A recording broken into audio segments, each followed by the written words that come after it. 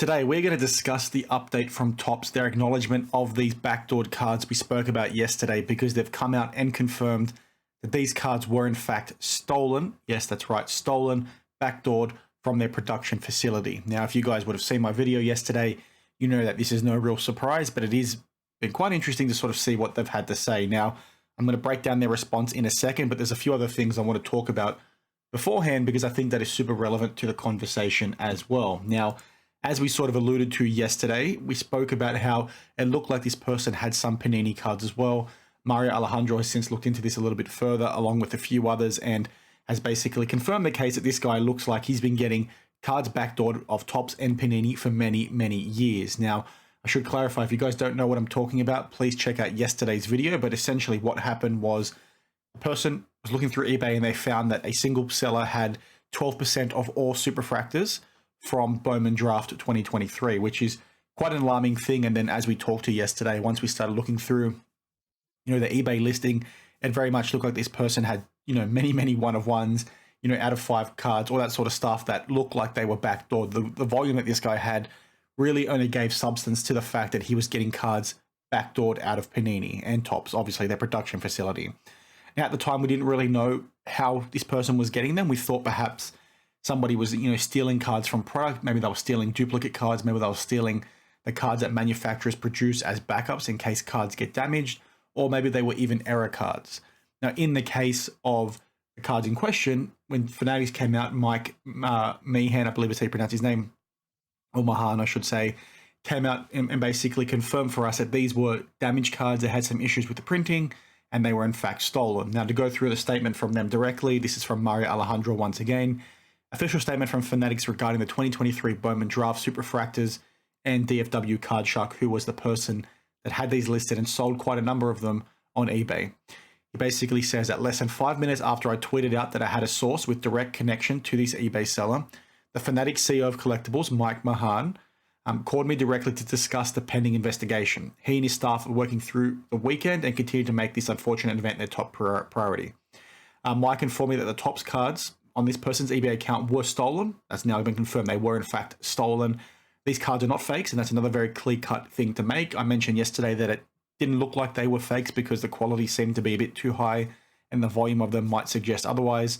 They've confirmed that they were stolen, not fakes. Now, what he says that they are incomplete superfractors that did not pass QC due to lamination issues and were set aside to be destroyed before being smuggled out of the facility. That is a very clear-cut acknowledgement from Topps, and I'm glad they've come out and done that, but there's a few more things I want to share a little bit later on. He says there is a very limited amount of those cards and collectors will not have to worry as none of the damaged or stolen cards made it into packs, which is a weird statement to make because that's irrelevant, right? If they got stolen, what is that risk of them ending up in the packs, right? Doesn't make sense. They are also easily identifiable as the serial numbering was stamped on the back of the card instead of the front. Furthermore, all grading companies have already been alerted by Fanatics, which I think is a good thing. If you go back to what we spoke about yesterday when we highlighted the backdoored cards from Topps 12 months ago, that, once again came out 6 months before the release of those products, grading companies ended up grading them, right? Topps didn't communicate anything, right? And it's still a bit disappointing that they've not said anything about those cards in question. Now, Mike basically then promised Mario that every single collector who purchased a stolen Topps card from DFW will be reimbursed by Fanatics, and the company would take stringent efforts to keep this from ever happening again, which is a very good statement to make, but you need to take that with a grain of salt, right? Because like I just mentioned, you've had these cards get stolen and it looked like it's been happening for many, many years from this production facility. You've then had the cards that I literally just mentioned get stolen 12 months ago, get put into the general public 6 months before the release of their products, right? You've had Topps Chrome 2023 cards hit the public, 6 months before that product came out, right? And they didn't say anything about that. So what about all those collectors that bought those? What about all those graders that have graded those cards that are now basically being sold and moved around on the market? Topps, what are you doing about those? That's very disappointing, the fact that you haven't commented on that. And I want to stress that point more because they need to be commenting on that now that they're talking about this sort of stuff, because it all looks like it's part of the same problem, right? Those cards were backdoored as well. Were they done through the same channels? Who knows? But they need to look into that if they want to make their process better, right? And then he basically says, as one of Fanatics' toughest critics, I commend them for stepping up this time to address it, with us collectors, address the issues with us collectors, which I think, is a good thing. And Panini themselves haven't commented on anything as yet because, as we just mentioned, There's a number of cards themselves that look like they've been backdoored, and the ones we spoke about yesterday where it was the select greens and the black 1 of 1s and all that kind of stuff. Literally dozens, hundreds of cards across many years of products look like this guy got his hands on, and it's going to be a big problem because that's fraud, and people are already talking about the FBI being notified and all that sort of stuff, right? This is quite, an alarming situation, and is one that needs to be taken very, very seriously. So Mario basically says it's good that Topps have commented. Sure, that is 100% the case. Panini have remained silent. We need them to open their bloody mouths. But this goes more towards Topps than anyone else because Topps own the production facility. And to take one thing a little bit further, you sort of had Neo Cards and Comics quote something very interesting here where he goes, fun quote from a Sportico article from back in August, right, a few months ago. Fanatics' investment in GCP, which is the production facility who makes these cards and packages them, the lawsuit says, has been improving the quantity, quality, and security of GCP's production, and in fact has even expanded GCP's facilities, all for the benefit of collectors and the industry as a whole. So you've basically got, in the Fanatics lawsuit, them coming out and saying, well, we've acquired GCP and we want to do this because we want to improve it, right? We've already invested in it. We're already making things better. We've improved the security, yet you've still got cards coming out and getting backdoored as of, right here, right now, because this relates to a current release product, right? 2023 Bowman draft. So this is after their acquisition. This is after they've improved their facilities and this mistake has still occurred. Now, Neo does comment on his previous post where he sort of says they could still be improving things. We don't know how this actually happened. It could be a different factory, like all those kinds of things, right? But when you've got Topps coming out and making that kind of statement, right, especially within their lawsuit about why they're doing such a good job, and I'm talking a lot now, but to give you guys some context, the reason why Topps came out and made that kind of statement was because Panini came out and said that Topps acquiring the printing facility was somehow impacting Panini, right? Because that one facility prints cards for Topps and Panini and other card manufacturers, right? So Panini came out and said these guys took over because they want to try and make us, they want to try and damage our brand is what I'm trying to say. They're intentionally, putting in poor QC and all this kind of stuff to make sure the Panini product looks bad, which means we're going to lose the licenses faster, which means they can buy them, i.e. they're doing things to sort of make themselves look better. So Topps came out and said, no, we've actually fixed all these things. But it's like, well, you fixed all these things, but then how do you explain all these cards still get backdoored under your watch? And, like I sort of said a bit earlier, this is not, just recently. This very much looks like it's been happening for a long time. You've got this person over here, Nesta, the card suggester, who basically says that last year he was looking to buy some 2020 Topps Clear, the acetate cards, in the ones that were numbered out of 10. And what he sort of noticed was that this guy had a large number of the copies. He had 2 of the 10 of the Bo Bichette that he was looking for, as well as many, many other players. And what basically happened was this guy bought the card and it had damage on there, which is what this post explains. And what he found interesting was that he was, it went through eBay authentication. This person basically noticed there was a scratch in there when doing the authentication out at eBay. They told this guy and he said, well, let me communicate with the seller. I asked for a $200 discount. But what the seller did, DFW Card Shark did, was he said, well, you know what, I'm not going to give you $200. I'm going to give you $250. Which looked a bit strange at the time, but now maybe, with all this other sort of stuff happening, it gives more substance to the fact that this guy was doing some dodgy things. Did he just give a bigger refund purely to shut the customer up and sort of get this thing moving along again? It's just quite interesting. And you can sort of see here, this guy's basically got, showing the sales and all that kind of stuff from DFW Card Shark. You can see the correspondence between him and the seller. It's just a very, alarming situation that's been happening for so long. So again, it's not just 2023 Bowman draft stuff. This has been happening with Topps, back from 2020 sets. And it's also happening with, all those, 2022, 2023, 21, 22 select cards, as well as many, many others that we no longer can see on the person's eBay page. This is not, just a one-off kind of thing. This has been happening for a long time. It's incredibly pervasive and speaks to a big bloody problem out at, the card manufacturer that, once again, Topps now own this thing. So some of these things were older, like I said, but Topps have come in. They've so much so said that they've improved the facility, right? They've made things better. They've increased security and all that kind of stuff. And since saying that, since coming out and acquiring them, these mistakes continue to happen. So, what the heck is going on? How do these, mistakes happen in the first place? Topps come out and say, well, this was a production error. Okay, well, what's your process look like for destroying these cards? Why weren't these cards destroyed immediately? What is basically going on out at the printing facility to allow this kind of stuff to happen? It goes back to the things that I said when Michael Rubin came out and spoke about him doing the pack odds audit, right? Where he came out and said Deloitte came in, we got them to audit the pack odds, they signed off on it, everything's A-OK.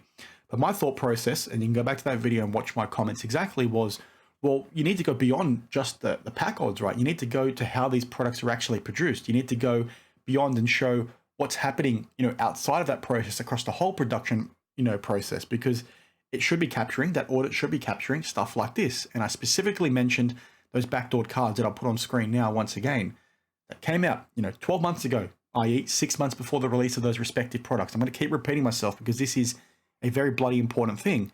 Their audit should have covered that kind of stuff. And, the mistakes that are happening now are the same ones that happened back then. So they need to, make sure that this audit, in the future, or their process is completely uplifted across the board. It's no use, fixing little things here and there. They need to fix everything because this kind of crap is completely unacceptable.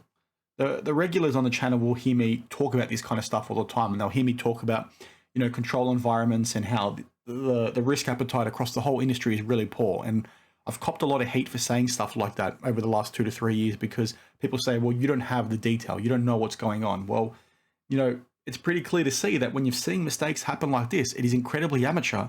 The fact that people can be stealing cards, the fact that you can sort of have these loaded box allegations and all this other kind of stuff, the QC issues that we're seeing consistently happen, it's pretty clear cut that there is a terrible control environment going on. And, Topps coming in and saying these cards were stolen is confirmation of the fact that there is a terrible QC environment out there. There's terrible policies and procedures, and they need to uplift all this sort of stuff. These businesses, again, I've said this many times, were comfortable designing these things back when the hobby was a lot smaller than what it is, back when cards were a lot more affordable to obtain. But you are now talking about cards that are worth tens, hundreds, millions of dollars, right?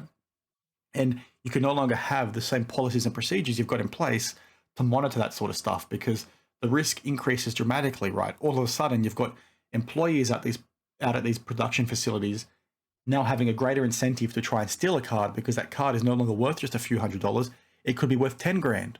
And that's life-changing to the people that are working at these places because by all reports, these guys and girls that work at these, manufacturers and graders and all this kind of stuff are essentially entry-level employees. They're getting paid hourly rates quite low by the hour, obviously if they're hourly rates. So you've got now the ability for them to steal a card, and the risk versus reward of them getting caught is almost thrown out the window because the card could literally change their lives if they could sell it and then, flip it, right? So, or steal it and then sell it is what I'm trying to say. So it's just a pretty interesting one. Again, another example, as I commented on Neo's post, of a very greedy scammer because this person could have taken all these cards and slowly drip fed them into the hobby, sold them at card shows, sold them anonymously online in Facebook groups and all that kind of stuff. But no, the idiot decided to list them all at the same time. So obviously I thank him for that because if he didn't do that, we wouldn't find out. But it's good that this is on the radar of Topps now. I'm very thankful they've come out and commented on this because we've spoken about this before.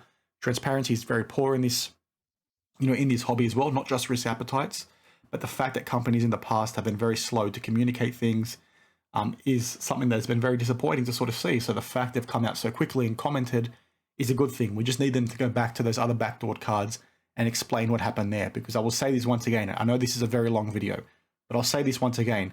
That is potentially a much bigger problem than these ones because by all reports, those cards never made it into the product, right? They were stolen. They never were replaced within the product. And the way we can sort of state that is because there are a number of people out there. You can check it out on Blowout forums where people are watching breaks, people are watching eBay listings to see these parallels of players. And for certain players, none of these parallels have shown up to date. And the only place they have is via the people selling the backdoored cards. So, if Topps have known about that issue and they haven't commented on it, they've essentially committed fraud, in my opinion, because they've basically said these plays, these parallels are within this checklist. They've put that, product into production. They've released it to the general public and they haven't replaced them, right? They haven't told people that they're missing. So there's people out there coming in, trying to buy this sort of stuff, spending money chasing this kind of thing without the thing even being within there in the first place. And that is a huge problem. So maybe that's why Topps haven't communicated that or commented on that at all. But I don't really care. Topps, you need to go back, give us a response on that, because you ignoring that but responding to stuff like this and the triplicate and the duplicate one-of-ones that happened recently is all well and good, but you need to be commenting on that sort of stuff too, because it sort of undermines everything you're trying to do. If you're trying to say you're commenting on this sort of stuff and you want to increase transparency by talking about these, but then you're turning a blind eye to that crap, that is complete bullshit in my opinion. Now, the one thing I will also say is the fact that you've got people being able to steal cards, right? You've got people being able to steal cards that Topps have confirmed that is the case, and it's taken them how many years to notice this, right? All those Panini cards, all those top cards for many, many years were getting backdoored. They're only noticing it now. With that in mind, can you comfortably say, Tops, that you don't know for 100% certainty that loaded boxes are happening? If you've got the ability for somebody in your process to steal these cards, could those people not have the same ability to funnel boxes to certain breakers and all that kind of thing? You know, from my perspective, putting my audit lens on and me putting my risk appetite lens on and just being a critical thinker, it stinks. And where there's smoke, there's fire. So if something like that can happen, who's to say that loaded boxes, can't happen either? So please share your thoughts down in the comments below. I just wanted to give you guys a quick update. In summary, really good to see Top's comment, but we need their response on everything else because this is a complete shit show. And I really hope the person has basically fled to Mexico or somewhere else, because I think they're going to have some law enforcement chasing them pretty quickly, because this kind of stuff is very systematic fraud based on the facts we know to date. So, like I said, please share your thoughts down below, and I'll see you guys in the next one. Cheers.